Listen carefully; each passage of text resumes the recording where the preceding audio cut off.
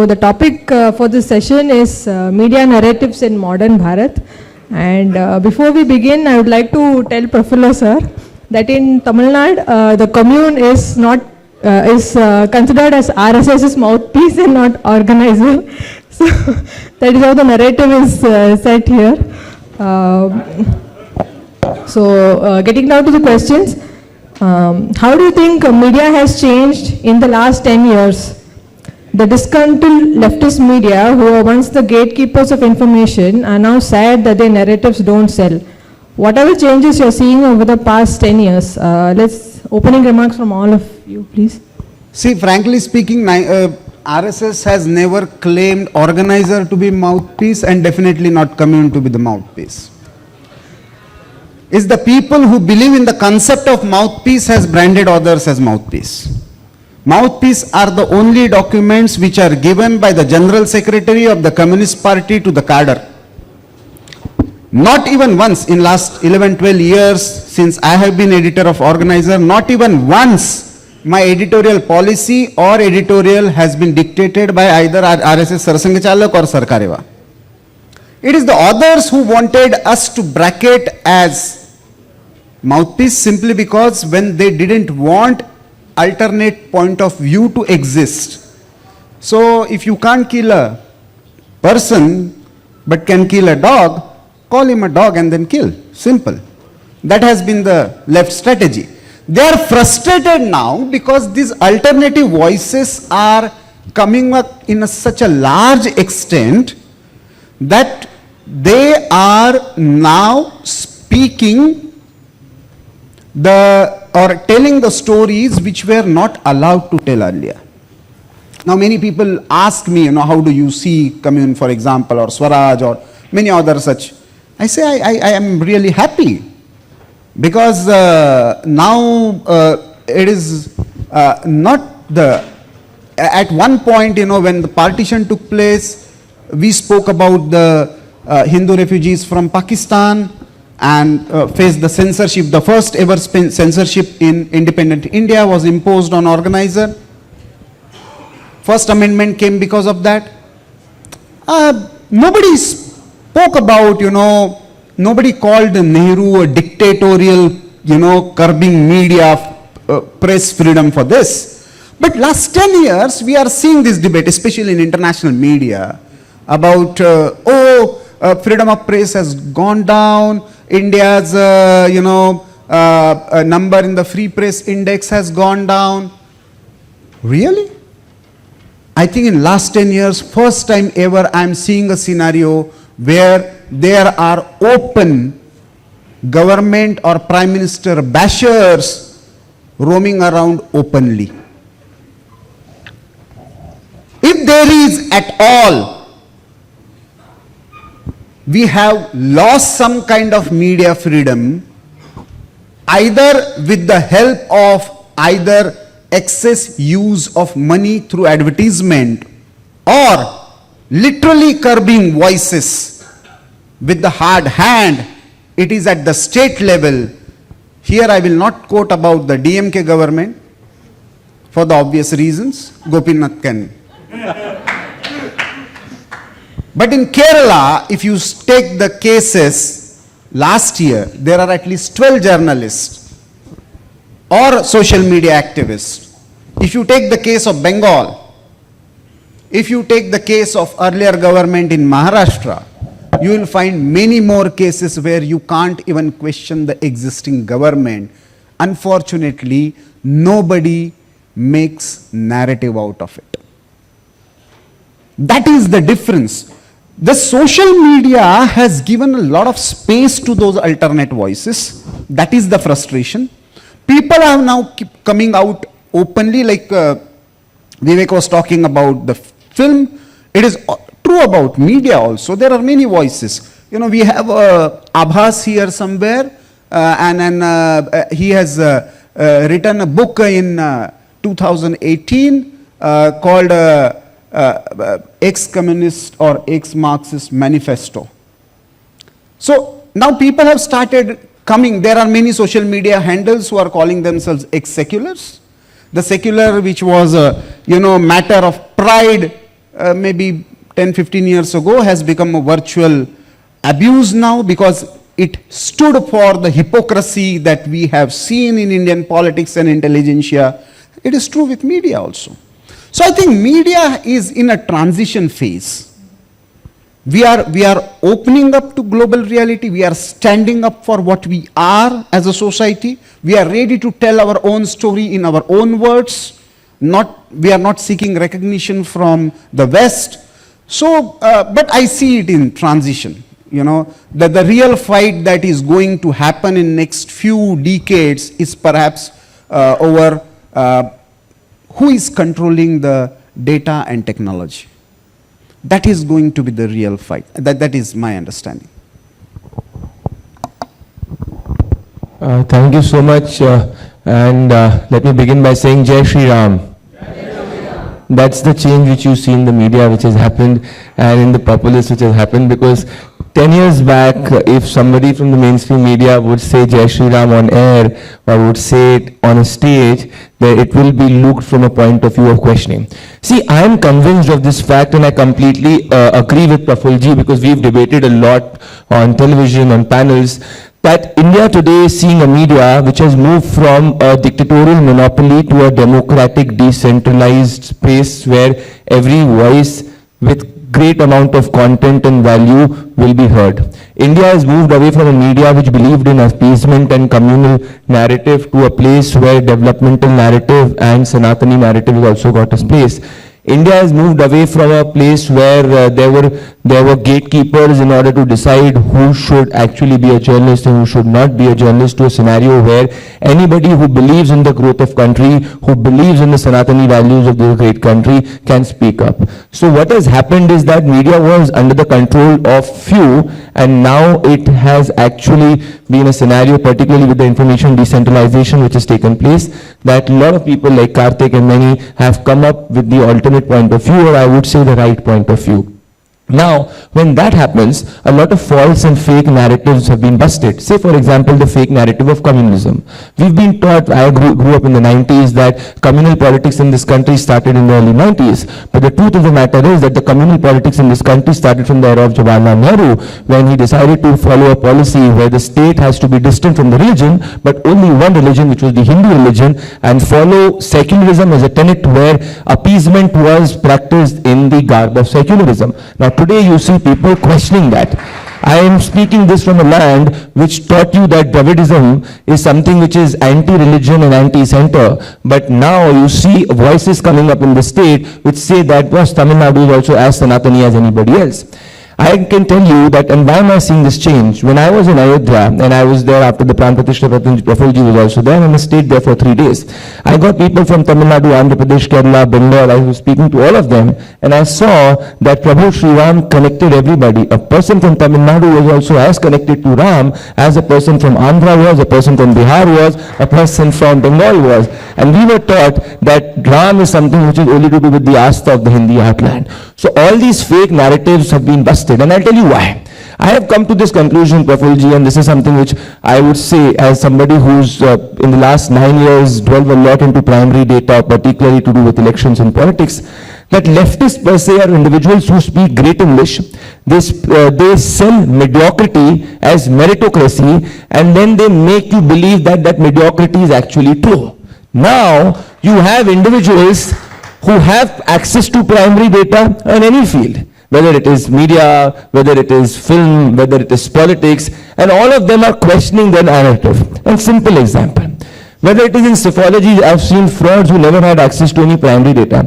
I have come across journalists who do not come prepared with their debate, who debate on farmer protests, but they do not know exactly what the full form of MSP is. So all of this is being now questioned in social media. Nobody today can claim that he is forming the narrative of this country. Earlier, the issue was that the media thought that who should be the prime minister and who should not be the prime minister would be decided by few channels in Noida. Now, that is no longer the scenario. whatever the mainstream channels can run, want to run, that cannot be against the will of the people of the country. So what has happened is that for the first time in this country, you have a Prime Minister who's become a full-time Sanatani Prime Minister, not because of the media, but despite of the media. So when that has taken place, the media has to adjust itself on understanding that it has to only show what the people of the country are thinking, no longer in order to impose their opinion of what they think should be the people of India thinking. So now it doesn't happen that the editor will say, oh, this should be what the people are thinking. No, the editor has to take the feedback, and whatever is the ground pulse, whether it is from the ground or the social media, the editor has to only reflect that. That is what has changed. So if I ask you that today we are for the first time after 70 years living in a truly democratic spirit and democratic mind space. And there are few YouTubers who live in Germany who've never visited this land, who only believe in recording a video from YouTube studio in Germany and never travel to the country, say that this country is going dictatorial. I ask them that if that tenet and logic is applied, then that tenet and logic should be applied in places like West Bengal, where I am seeing Sandesh Kali, and not even one journalist from Bengal who is not speaking the narrative that the state government wants to speak to is not filed in FIR. So if true dictatorial media is run in this country, it is run by respected state governments, because the business model of state-run channels are such that it cannot thrive without state government advertising. So if you want to speak about truly democratic individuals at the state government level, it will be those on the social media. So if I look at it, I completely second what Prafulla said, that I am seeing that today, if you have content, if you have primary research, you are no longer an individual who will be stopped by the gatekeepers in any field. So that is where the frustration is, that the have-nots who had mediocrity in their mind, who had secondary research in their mind, are now being truly called out by those who have credibility and content and primary research. Welcome to all. Welcome to my panelists, co-panelists. Jai Shri Ram from a Chennai wala. That is the first big change. That is the first big change that has occurred in media. And see, if I have to point to finer details, they've been talking about the macro details, I'll point to the finer details, the ones that the media personals will miss the most.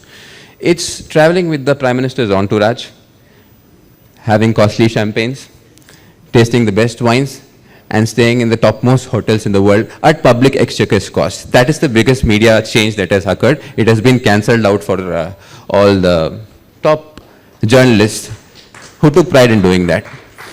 And the second, fascist thing the current government has done is they've taken away the right to live telecast all the terrorist shootings, so that, terrorists can take cue from, okay, special forces are landing here, chalo, we will change our strategies. That democratic right has been taken away by the BJP government. That is yet another change that has happened. And so much so that the mainstream media has become so outdated that all the top names that you have, they have individual YouTube channels competing with us. All the top channels, they have their own YouTube channels, because they know for a fact that the size of the viewership or the size of the watch screen is shrinking. It's now shrunk to the size of a mobile phone, and data points towards interesting trends, very interesting trends and healthy trends, which can kick away the gatekeepers. You don't need a gatekeeper. There is no more entry-level barriers.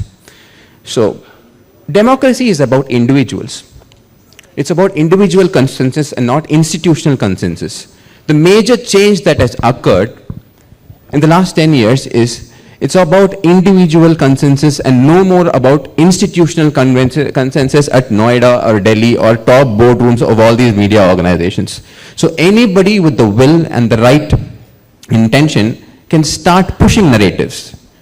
So that is the biggest thing that has happened.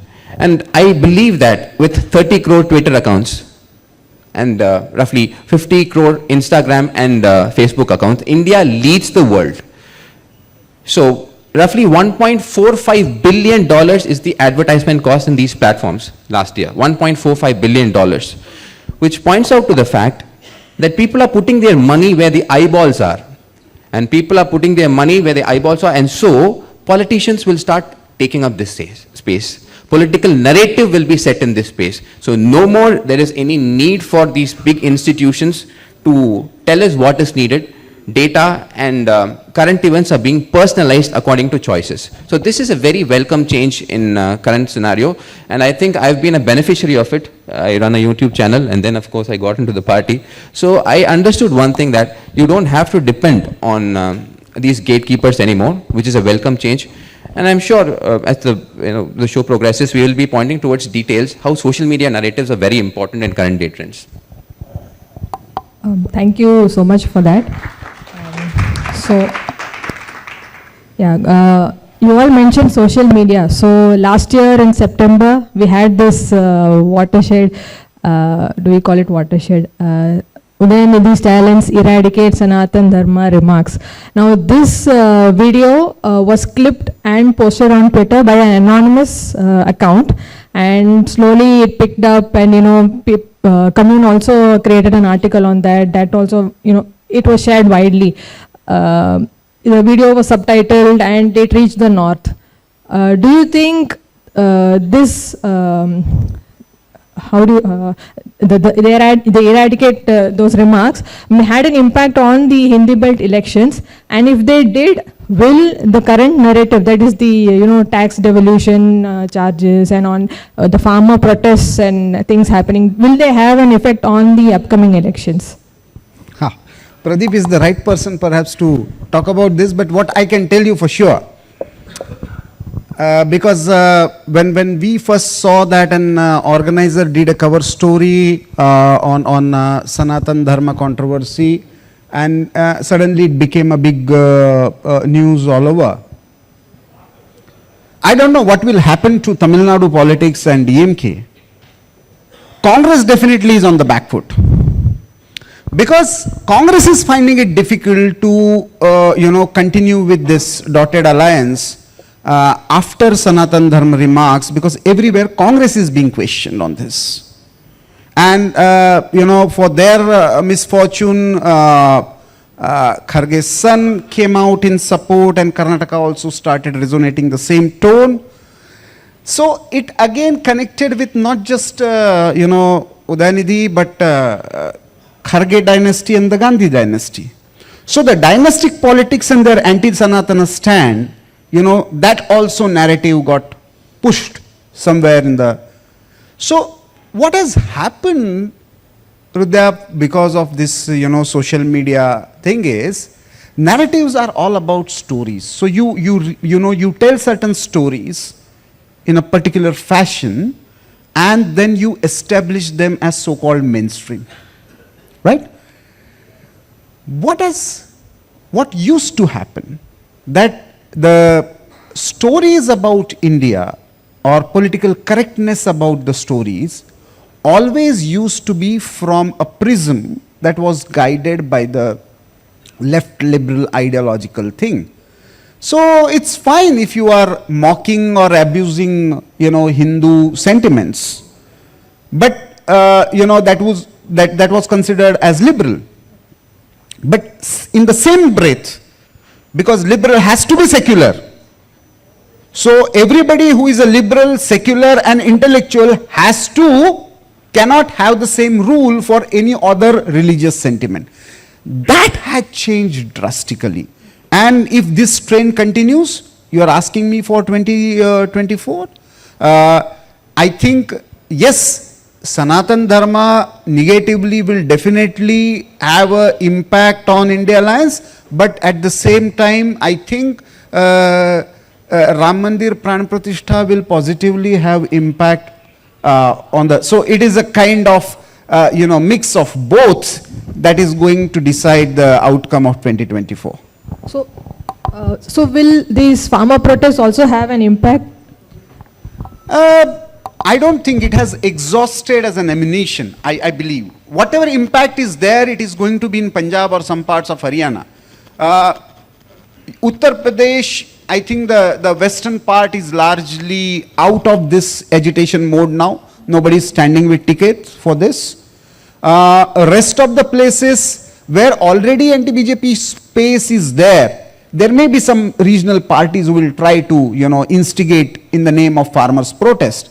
But, all over, if you think as a Lok Sabha election, I see a very I think this is a last effort by the entire alliance of forces. I'm not talking about just the India alliance. India alliance is just the political, expression of it. I'm talking about the global forces, ideological forces that have come against rising Bharat. I think this is the last ditch that they are making just before elections, such somehow some form of violence will actually have. But I personally believe that it will be a wishful thinking. So, Pradeep? So, let me, Prafulji highlighted a lot of points. Let me answer your question as straight as possible. Do I see a rise of the Bharatiya Janata Party in Tamil Nadu, and do I see a counter-polarization taking place because of Udayanidhi Stalin's statement and Congress suffering massively? The answer to both of them is yes. And I do not see any of these as my opinion. I state as pure facts. And I'll give you basic examples. See, before coming here, the last week, I was in Tamil Nadu for at least 3 to 4 days. And I traversed to different parts of Tamil Nadu. I traversed to Tenkasi, I traversed to Coimbatore, I was in South Chennai. What I could see as a marked difference this time vis-a-vis 2019 is last time I was seeing a hate for the Bharatiya Janata Party and non-acceptance for the BJP in 2019.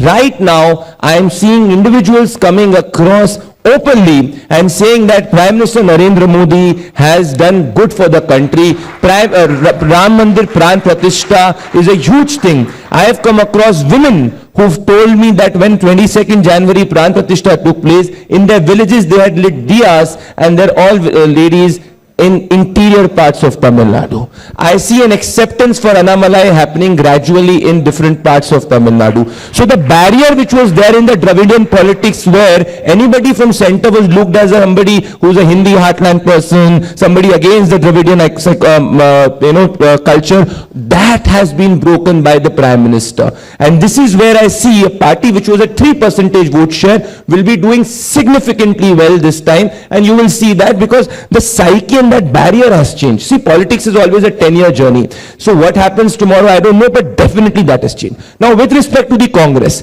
see, the Congress party today is no longer, you need to understand, in this I completely second with Prafulji, is a front of forces which believe that ultimately this country should not be governed forward by accepting Sanatan. Rahul Gandhi today is the poster boy, and if you see his speeches, understand entire methodology with Congress is working, it's gone to the extreme far left.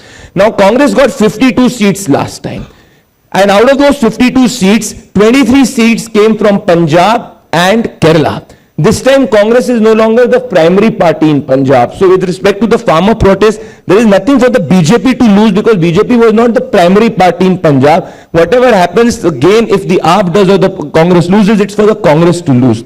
Imagine the scenario of Congress that a seat like Bharuch, which belonged to Ahmed Patel for more than 3.5–4 decades, that it has outsourced to the Aam Aadmi Party. So Congress party in 2024 might end up seeing its worst performance. In fact, in Raebareli, the fact that Sonia Gandhi contests from a Rajya Sabha seat, because I have travelled there and can tell you from the ground that for even Raebareli, people want Narendra Modi's development, and the last 3 elections in Raebareli, Sonia Gandhi and Congress's vote share is reduced by 7–8%. 2009 it was 70% plus, 2014 it was 60 something, and 2019 elections was 52–53. So you will see that decline. So yes, and you are not living in an era in this country where, say, Udayanidhi Stalin gives a statement in Tamil Nadu, it will not have an effect in other parts. India today, when information decentralization with every video reaching a WhatsApp is connected. So if you think that Udayanidhi Stalin, ridicules the Sanatan Dharma and the Congress party does not condemn it and still continues to be in that alliance, it will definitely affect. You saw Madhya Pradesh, Rajasthan, Chhattisgarh, where despite all the hua, what happened to the Congress party? In all the 3 elections, it was wiped out. In fact, even in tribal belts of Bastar, where the Congress did not lose, even in 2013 and 18 when Raman Singh was there, this time the BJP could get votes. So you are seeing, at this moment in 2024, all these statements definitely affecting, but you are seeing a huge surge of Sanatan, and as the Ayodhya Ram Mandir has connected with the hearts of the people, and this change you will see in May when the results will come up, because people are saying कि ये जो सोचा था हमने कभी हो ही नहीं सकता और ये हो गया है. This is something which is completely different. So I would rate this even above economic development, because this is to do with the core of who we are. That's what I can say. Hridaya, your question was, how is the social media narrative going to be different with respect to these two incidents? One is the farmer protest, and if we are so positive that it is because of Sanatana Dharma narrative of Udayanidhi Stalin that we were able to win the North Indian states convincingly, will it not have the same effect with respect to the farmer protests? See, you're comparing chalk and cheese here. With respect to the statements of Udayanidhi Stalin, I think it's the confessional statement of a dynast, which carries so much value. It is like admitting to crime, that we've been saying that these people are against the Sanatana Dharma for ages. But his grandfather had the wisdom and the political subtlety to do it very subtly. He didn't do it overtly. He did it covertly. But this person does not have the understanding or political maturity to, handle this differently. So this is more of a statement of guilt, admission of guilt, where he said openly that our intention is to eradicate Sanatana Dharma, which is 80% of the faith of this population. So he wants to eradicate. Whereas the other protests that keep happening, that keeps happening on a routine basis. But there is a key difference in the way these protests are being handled by BJP and Congress. Take the case of India against corruption. There was no ground connect with the protesters, but ground connect is being established silently by the BJP, and simultaneously the narrative war is being won in the social media, where all the fallacy of these protesters, all these so-called poor farmers are being exposed simultaneously, when BJP is doing everything it can to engage with the protesters. Just like we engage with China, just like we engage with talks in all possible ways, we are doing the same internally also. Now coming to the next point about DMK's presence here, at DMK's Sanatana Dharma, will it actually have an effect here?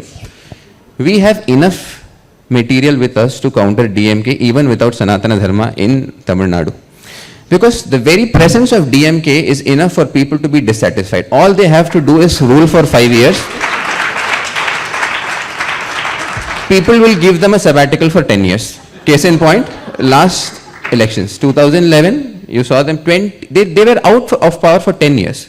So every time there is a valid opposition, every time there is a strong opposition, a viable opportunity in Tamil Nadu, people go and grab it. And that is why this time we are super confident, and I'm sure Prafulla Ketkar ji and Bhandari ji will agree that they have seen it on the ground. The swell for Mr. Annamalai, which is something unheard of. So we had options like Vijay ji or a flash in the pan like Mr. Kamal Hassan, both. We had options, but they were not viable, sustainable options. So we have a long-term plan of establishing Sanatana Dharma here. So we are not worried about it at all. So we're going to take the fight there. We're going to set the narrative game. We're going to go on the offensive, defensive. There is no more defensive here. So be rest assured, it will be reflected in the polls. And I'm sure... So the biggest change is, we are having a Litfest in Chennai. We are having faces who are not termed as, the fascist, and they are not journalists, and we are able to speak whatever we want. And, earlier it used to be a prerogative of only leftist journalists to be an independent journalist. Now editor, organizer can come, Karthik can come, Pradeep can come and speak. That itself is a big change.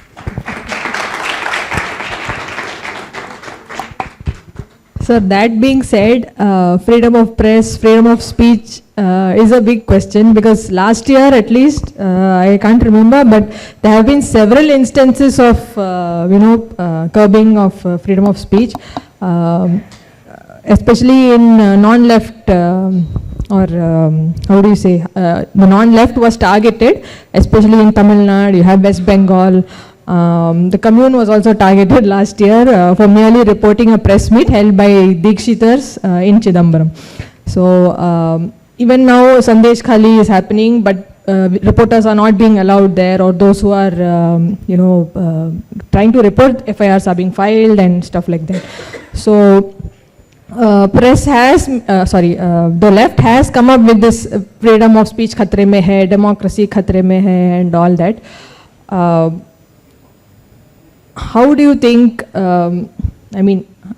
what are your thoughts on this? How should we, how this narrative going to be? It is the same as Islam Khatre Mein narrative. You know, the people who actually kill the democratic voices, you know, I always ask that the media freedom depends on who is owning the media and who is funding the media. These two sources are going to decide your narratives. Delhi media will never talk anything against the Aam Aadmi Party government simply because it is the 800 crore advertisement revenue. The same is true with the DMK government. None of the, these channels will ever try to speak against the government. Whether corruption charges are true or not is not the point. The point is whether you are reporting the reality or not. Sandesh Khali is true or not, the investigation agencies will find out. But if some woman is coming out and talking about Sheikh Shahjahan, and Tamil Nadu, Tamil channels are not reporting about it, then is it media freedom? So they have actually, created the narrative of media freedom based on selective truth. The truth that is convenient to certain ideological position. So I personally believe that this is a systematic narrative that is built in last 10 years, and they will try continuing that in the coming days post 2024, as they have been saying that there will be no democracy after, every election to 2019 also they were saying this is the last election. Now 2024 also they are saying this is going to be the last election. If Modi gets elected, there will be no democracy. So you create fake narratives. There was one researcher in I think Michigan, who did first thesis on Hindu militancy and religious or fanatic politics, something like that. He was J. Karan. He did his first research in 1951. Around the same period, there was one pastor in Kerala who wrote a book on RSS. This was about RSS. The other book was also on RSS, written not by RSS cadre, by a Kerala pastor. And he wrote a book that RSS, the true carrier of Hindu Swaraj. No PhD on RSS has ever quoted this book on, RSS as true carrier of Hindu Swaraj. Everybody has quoted J. Karan. That is the difference. Yeah, that's because if you are doing a PhD, at least in your literature review, you should at least quote him that there such literature exists. But it is not there. So the selectivism, and if your freedom depends on selectivism, then it is not freedom. It may be golden cage, or maybe it is, a freedom that allows you to set what kind of cabinet you will have, what kind of policies you have, and what Karthik said about, what kind of travel or what kind of class you will get while traveling with Prime Minister. Many people have lost, it is a direct attack on many people's roji roti. So, they will have a narrative of freedom of press in danger. See, this whole core of freedom of press not being there, democracy not there, democratic values in question. Let us look at it very factually. As of October 2023, there were 13 governments in this country, state governments, which did not have a BJP rule. Now, from December 2023, still 10 governments are there which did not have a BJP rule. it is not the problem of those who believe in Sanatan or those who believe in, say, Hindu religion, those who believe in taking the Sanatan values forward, that the Sanatan is accepted in quote-unquote non-traditional geographies. 2014, Bengal did not had Bharatiya Janata Party getting 20 seats, 18 seats. What happened in a time span of 5 years? The same geography, which was considered to be the bastion of the left per se, got 18 seats to the BJP with a 40% vote share. Telangana, which till 2014 was completely obsolete. The RSS will not be accepted in Telangana. You will not see people saying Jai Shri Ram in Telangana. What happened in 2019? The BJP got 4 seats and 14% vote share, 19% vote share, which is a jump of more than 100 to 150%. Northeast, Prafulla has worked so integrally there. Well, remember, people used to say, no, this is a different culture. How can this accept individuals, RSS? How can it accept the political party which believes in, Sanatan? What has happened in Northeast right now? It is swept completely by saffron. I have stayed in Tripura in 2 successive elections for months, and I have seen development work on the ground. I have seen people accepting ideology on the ground. Now, why is this happening across geographies? Why is it that the graph of those who believe in Sanatan is increasing? 2009, the Congress party got 10 crore votes in this country. 2014 also it got roughly 10 crore votes in this country, and around in 2019 also it got roughly between 10 to 11 crore votes in this country. 2009 the BJP got 7 crore 80 lakh votes in this country. 2014 it increased to 15 crores, and in 2019 it increased to 22 crores. So which means this additional 15 crore are not individuals who've always said Jai Shri Ram. Those are new people who've accepted Sanatan, who've accepted the ideology, who've accepted the leader. So what is happening gradually? That India is gradually turning saffron, or you can say that India is gradually going back to its roots.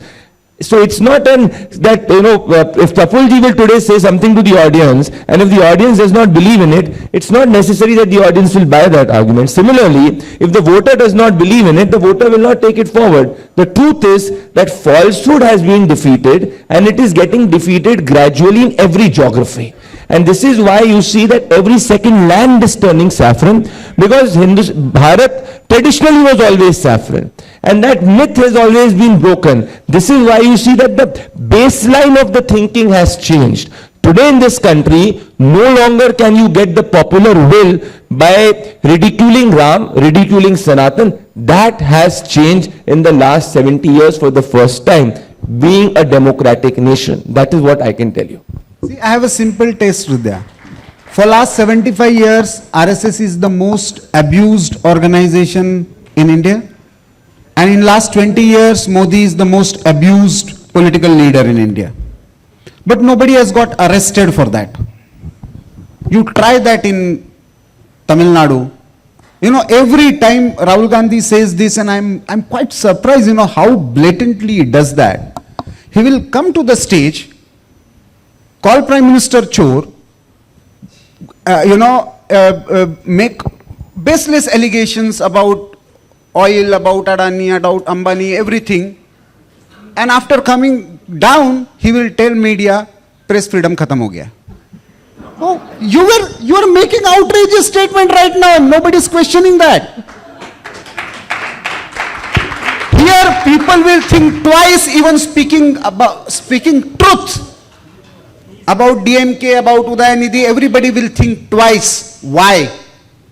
This is the difference. In fact, all these people, all these, people who are on the YouTube, which Karthik was talking about, who criticize the Prime Minister, 90% of their revenue comes for criticizing the Prime Minister. So, the person who is responsible for giving them so much of revenue is Modi bashing. So, they should be the first people to thank Narendra Modi because of his inka ghar chal raha hai. Exactly, and the point is, see, if you're talking about threat to democracy and threat to freedom of press, who handles law and order? It's a state subject. So majority of the cases, last week, there was a case on a BJP karyakarta for participating in a hashtag, which was going viral all along. So we were remembering the martyrs of the Coimbatore bomb blast, who sacrificed their lives. I mean, there was a hashtag for that, and cases were put for this simple thing. So who is behind this cancel culture? Who is behind this anti-democratic culture? It is definitely not the BJP.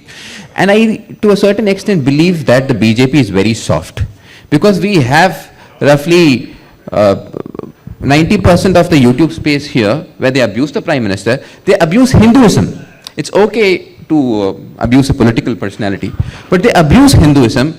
And one case on 295A is not registered in Tamil Nadu. So it's definitely not the BJP that is opposing the press freedom. It is definitely the non-BJP states that is doing it. Also, all these people who complain about this lack of freedom of press, they are in bed with Congress. They are in alliance with the Congress, which is the worst case that has occurred to Indian press freedom. That is 1977. And people who were allegedly beaten up by them are now close friends with them. Okay, so the so-called Misa Stalin is close friends with them. So I don't think for a second that it has got to do anything with the BJP, but it has got everything to do with the non-BJP. And about talking about narratives, I think every time they tried a narrative with Modi ji, they have failed. They called him Panauti, they failed. They called him Maut Ka Saudagar, they failed. They called him Chaukidar Chor hai, they failed. So I urge the Congress and the Congress Karyakartas, especially our most vocal proponent, Shri Rahul Gandhi, to start such hashtags and to indulge in such narratives, because there cannot be a more able ambassador than him. So we wish him best of luck for that, and I hope it makes our work easier. Being the Vice President of BJP IT cell, we have to thank these two personalities, and I forget to meet them in person. I'll certainly do that. One is Shri Rahul Gandhi ji, another is Udaynidhi Stalin. You make a... So we want more from you, and we are waiting. So yeah, we'll come towards the close. So this question is to Pradeep. We have heard this several times, but we want to hear it again. Will it be 400 par this time? How will Tamil Nadu fare? Annamalai's impact? See, I will not reveal the numbers because he's still going ahead with it, but what I can tell you that before coming to Chennai, I was in Odisha, and I was in this district called as Ganjam, which is considered to be the stronghold of Naveen Patnaik. He comes from that home district. I was shocked to see that I am seeing a swell for Prime Minister Narendra Modi even in the home district of Naveen Patnaik. Now, what I can tell you for sure, and this is not out of just my political conviction, but this is after looking at the data which is coming in the last 1 week repeatedly, and somewhere around first week of March is when it will stabilize, that what I am seeing from the data is that Narendra Modi in 2020-24 has very, very high probability to come with an even bigger mandate than 2019, even bigger mandate than 2014. It is very simple. There are 11 states in this country where Prime Minister Narendra Modi's graph can increase, 18 states where the graph can repeat as what it was in 2019. There is not a single state, if I can tell you from the audience, where there is a huge depreciation which is taking place, but there are many states where there is an appreciation taking place. Uttar Pradesh, Tamil Nadu, Telangana. Bengal is still at a state of flux, so I will not comment. These are 3 states. Maharashtra, Bihar is repeating what it is in 2019. And at the same time, Congress is weaker than what it was in 2019. So do not be surprised if the Congress party struggles to touch the 40-seat mark, because 50% of the seats of the Congress were from 2 states where it is weaker. It is weaker in Bastar, it is weaker in Jharkhand, it is weaker in Rai Bareli. So this election in 2024 has to be watched, because this is the mother of all elections. Because if the Congress does not touch even a 40-45 seats mark, you might see a split in the Congress party because the brothers lobby does not like the sisters lobby, the sisters lobby does not like the brothers lobby. Both are failed products. Priyanka was launched in UP 2022. Out of 403 seats, Congress lost 401 seats. Rahul has been launched 52 times, I think, more than anybody could be launched, and 52 times he's failed. So you have to see what nobody could have imagined after independence might take place in 2024, whereas that if the Congress is less than 45-40, a split in the Congress can take place. After 9 years of experience, we have started calling Pradeep as veteran. After 20 years of launching, he is still coming to an age. I don't know the case with Udayanidhi, but as far as Rahul Gandhi, this is true. That answers who controls the funding of those newspapers and press. You have something to say as a BJP member yourself? No, see, No, he is essentially a media person who happens to be in BJP. A social media activist who is in BJP. very true, sir, very true, sir. So a lot of people keep asking me, the first question they ask is, okay, you have crowds. Initially they used to be like, there won't be much of a turn up for Annamalai's Padayatra. And then it was like, okay, you're paying them for this. And then they were like, okay, it's organic, but will it be for all the 234 constituencies? And then when we are going to end the Padayatra, there's a swell on the ground. Yeah, will it translate to vote? So all I tell them is wait and watch. Because there is a combined anti-incumbency for these Dravidian parties ever since there has been electoral politics post 1947. So there is a combined anti-incumbency for them. But the biggest problem is there was no one single personality or party they could entrust their vote with. And now that we have got the full backing of the central command and an able leader who can deliver his promises, people are waiting for it. And we've done enough damage already. We release files and most of them are jittery already. We've sent 2 people to jail. One is there. He pissed in his pants literally, and I'm sorry for that, but the other person is waiting to go to jail. And Monday there is a verdict coming up about ex-minister, and there is a line of verdicts to come. So we've done enough damage even before we are in power. And we've set the ball rolling. The biggest difference is now we are not in the defensive. We don't answer them. You can say what you want to, and we are leading the narrative game from front. So I am telling you, it is definitely going to be a number that is going to shock everybody, literally everybody. And of course, on the day of the verdict, we will talk more about it, because I am not supposed to talk numbers. He's a psephologist, he can talk numbers. I don't want to sound brutish or audacious and be called by the party high command to shut up. So I cherish my freedom of expression as of now. So I am telling you, we are going to put up a very brilliant show, and it is going to be historic. Vidya, what is power of narratives? You know, many people say, oh, BJP is not a party of South. You know, from 1967, Congress has not formed a single majority government in Tamil Nadu. From 1985, Congress has not formed a single majority government either in Uttar Pradesh or Bihar. There are many such states where Congress is almost non-existence from 1995, that is state like Gujarat, where, you know, they're barring last election, they are not even in contest. But nobody says that Congress is not the party of Tamil Nadu. In last assembly election, Congress has got 2.3% vote share in Uttar Pradesh. Assembly election. Has ever any media asked whether Congress is a party of Uttar Pradesh or not? So we need to rephrase our questions now, and on the basis of connect on the ground and the right voting percentage, we have to ask who is the national party and who is the regional party. No, just to add Prafulji's thing on the South versus North narrative, it's the most bogus narrative. There are 5 southern states, if I'm not wrong.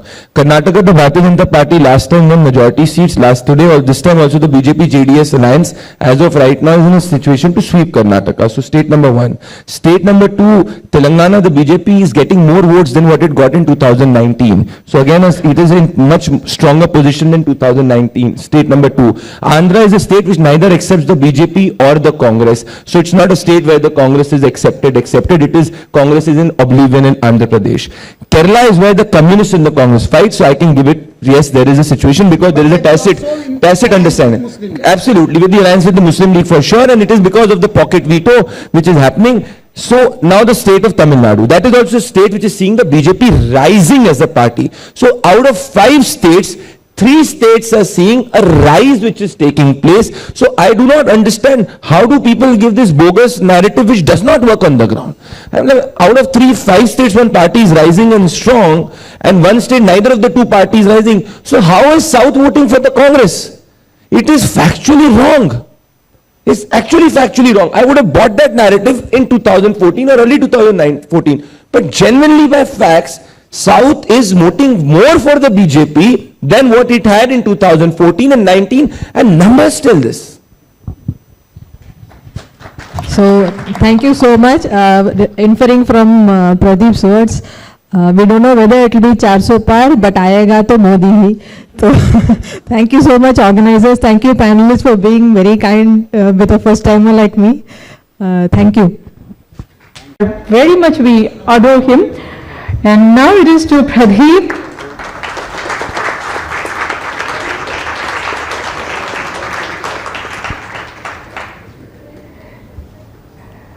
I request Mr. Falivedia to honor Karthik Gopinath. Karthik Gopinath, Tamil Nadu Bharatiya Janata Party State Vice President, Social Media Cell. Ms. Hridiya, please come to the center of the dais. Please come forward. Ms. Hridiya Ramani, journalist from the Commune.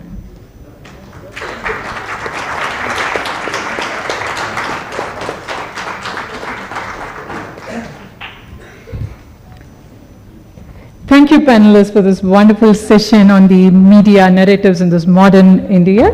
Thank you.